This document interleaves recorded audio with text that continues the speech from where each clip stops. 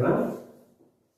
ఈరోజు మన ప్రాబ్లం వచ్చి how to find the number of triangles in a diagram.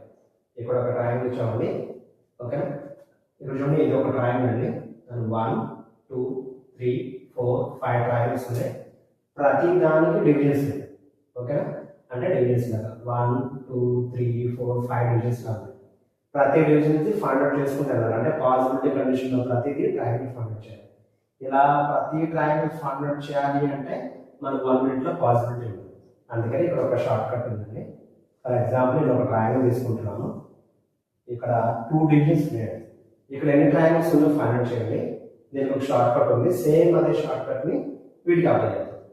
First ఇక్కడ ఎన్ని ట్రయాంగిల్స్ ఉన్నాయి? 1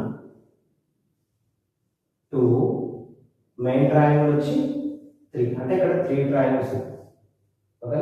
ఇంకో డయాగ్రామ్ తీసుకుంటాను.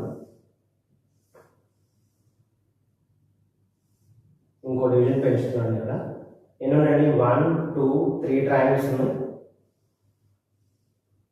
4 5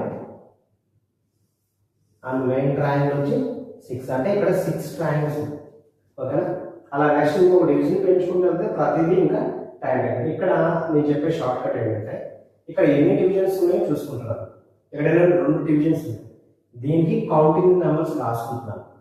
2 డివిజన్స్ కదండి, 2 1 2 వీటిని యాడ్ చేస్తే మీకు డైరెక్ట్గా నెంబర్ ఆఫ్ ట్రయాంగిల్స్ వస్తాయి, ఓకేనా.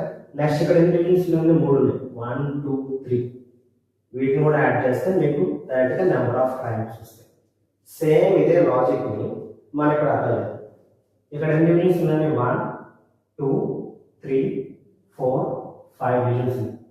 ప్రతిదీ యాడ్ చేస్తుంటే ఇక్కడ 15, okay. Same wheat times same divisions కదండి. 15 15 15 15, ఓకే. ఇవన్నీ యాడ్ చేస్తే ఎంత వస్తుందండి? 15 × 5 75. Total number of triangles in this diagram equal to 75. Simple logic.